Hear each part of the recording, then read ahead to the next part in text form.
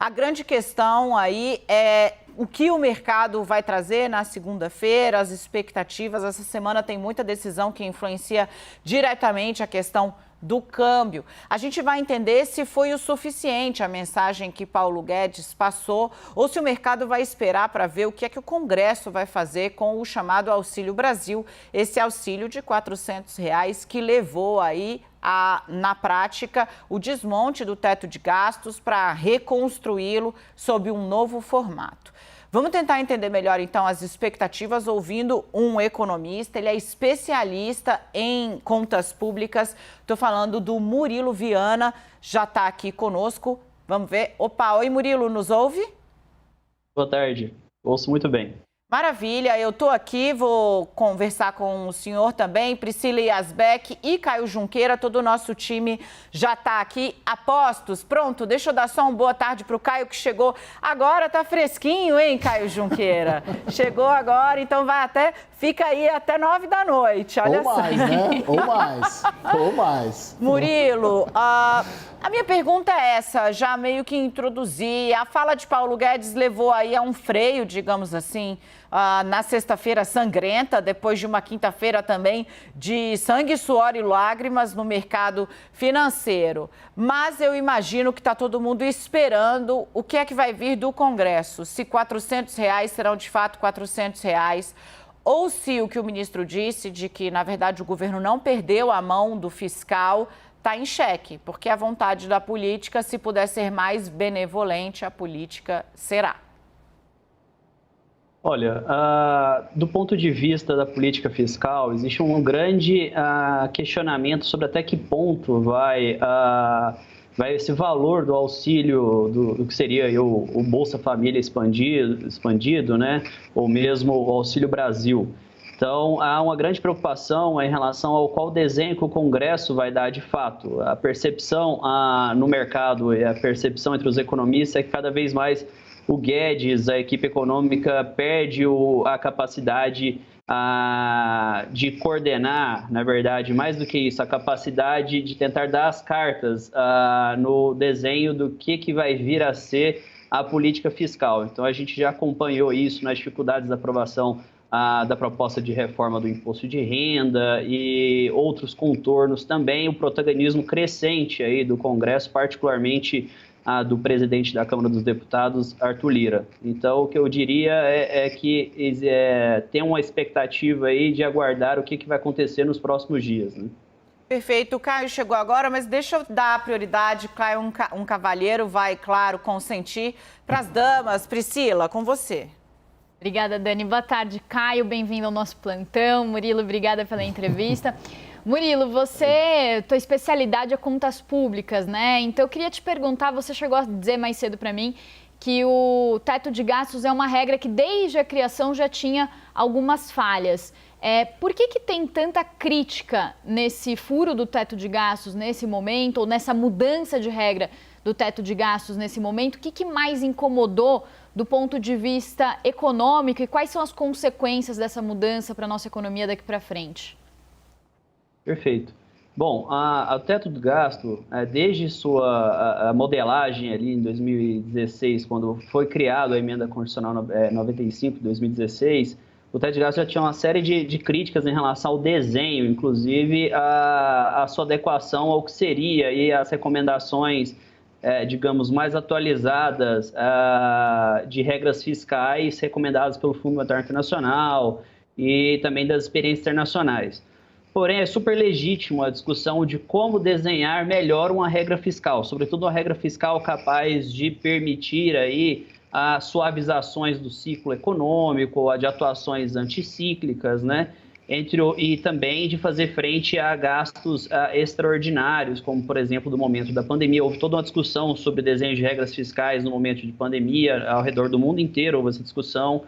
O problema no Brasil é que essa discussão ela não foi adiante, a equipe econômica preferiu tratar como se não precisasse fazer qualquer tipo de ajuste, não chamou a discussão especialistas, pessoas do mercado, para tentar coordenar uma expectativa de como ajustar determinadas demandas em relação ao teto de gasto, o que seria um caminho tido como muito menos traumático e manteria a expectativa, a ancoragem de expectativa dos mercados e a posição dos agentes, evidentemente em câmbio, juros, e isso afeta a vida de todos nós, não só aqueles possuidores aí de títulos públicos ou mesmo de ações. Então, desse ponto de vista, houve essa falta de preocupação e o problema do Auxílio Brasil, ou do Bolsa Família Expandida, ele já vem de muito tempo, né? Então, assim, já tem mais de ano que a gente discute esse tipo de assunto e pouco se evoluiu.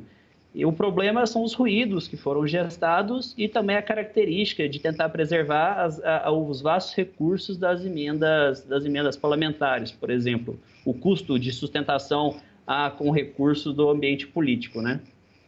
Pelo que eu entendi, então, houve uma sensação de perda de mão, perda de controle da equipe econômica sobre esse processo de mudança. Caio, com você. Murilo, boa tarde. O Nelson Barbosa, ex-ministro da Dilma Rousseff, escreveu um artigo ontem sobre a PEC 36, que foi apresentada pelo PT no Congresso, defendendo ali uma revisão, flexibilização desse regime do teto de gastos, né? Um debate, portanto, que para a oposição já tem aí mais de ano. E a gente viu essa semana a flexibilização do teto de gastos por parte do governo Jair Bolsonaro, endossado pelo ministro Paulo Guedes. Esses dois projetos políticos são os que lideram aí as pesquisas para 2022. A gente pode prever nesse cenário, tanto um lado quanto o outro do espectro político, e as duas campanhas que estão na frente nas pesquisas, que o arcabouço fiscal brasileiro, de qualquer maneira, ele está sob risco para depois de 2023? Bom, eu não diria que ele está sob risco para depois de 2023, ele já se encontra sob risco, né? Então, se a gente não consegue instituir aí uma adequação das regras fiscais, a todo momento nós acabamos fazendo alguns remendos, mas são remendos, na verdade, acho que talvez o termo remendo não seja nem mais adequado, porque remendo é algo teoricamente mais pontual, né? Nós estamos rasgando as regras fiscais de fato, né? Regra do teto, mudanças também aí na lei de unidade fiscal e formas como, por exemplo, os precatórios. A gente está empurrando com a barriga o que vai ser feito com os precatórios, porque o que está sendo desenhado, aí que está sendo costurado no Congresso é adiar pagamento, mas a forma da regra dos precatórios, por exemplo, ele vai gerar uma dívida cumulativa ao longo dos anos. O que vai ser feito em relação a isso? Então, nós estamos vendo, na verdade, uma deterioração do quadro fiscal, uma falta de transparência e, evidentemente, uma falta de ancoragem aí das expectativas e, com isso, afeta investimento e negativamente os outros campos da economia. Com a corrida eleitoral, isso aí, de fato, vai ser aprofundado.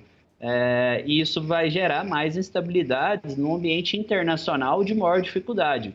Haja vista que a gente está vendo aí problemas no crescimento da China, a alta dependência do Brasil em relação à China para as exportações de commodities e, ao mesmo tempo, um cenário internacional mais inflacionário e de perspectiva de elevação de juros dos Estados Unidos. Então, o problema fiscal aqui no Brasil, desse ponto de vista do Auxílio Brasil, primeiro, nós temos que olhar que não é um problema de gasto com o Auxílio Brasil em si, mas é a forma como foi feita a comunicação e a instituição de prioridades. Tudo isso vai gerar problema, evidentemente, inclusive no custo de carregamento da dívida pública do Brasil. Eu tenho certeza que a Priscila quer pegar a bola de novo para poder jogar aí mais uma questão para o Murilo. Priscila?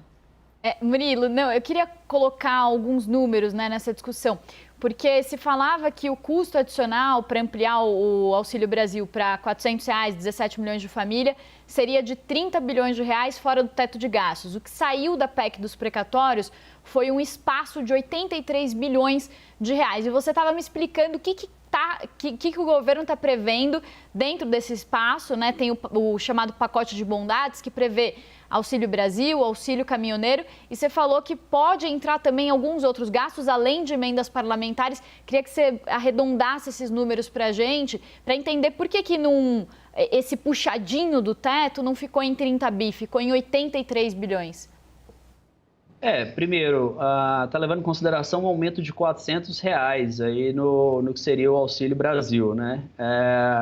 Possivelmente no Congresso com esse espaço fiscal, por exemplo, aberto com a medida, o caminhar para os R$ 500 ou até mais do que isso ganha força, evidentemente. Além disso, a base de apoio do presidente da República é muito calcado em determinados segmentos da sociedade e que nesse momento de perda de popularidade o presidente com certeza vai ser premido aí no ano que vem a dar uma série de benesses utilizando esses recursos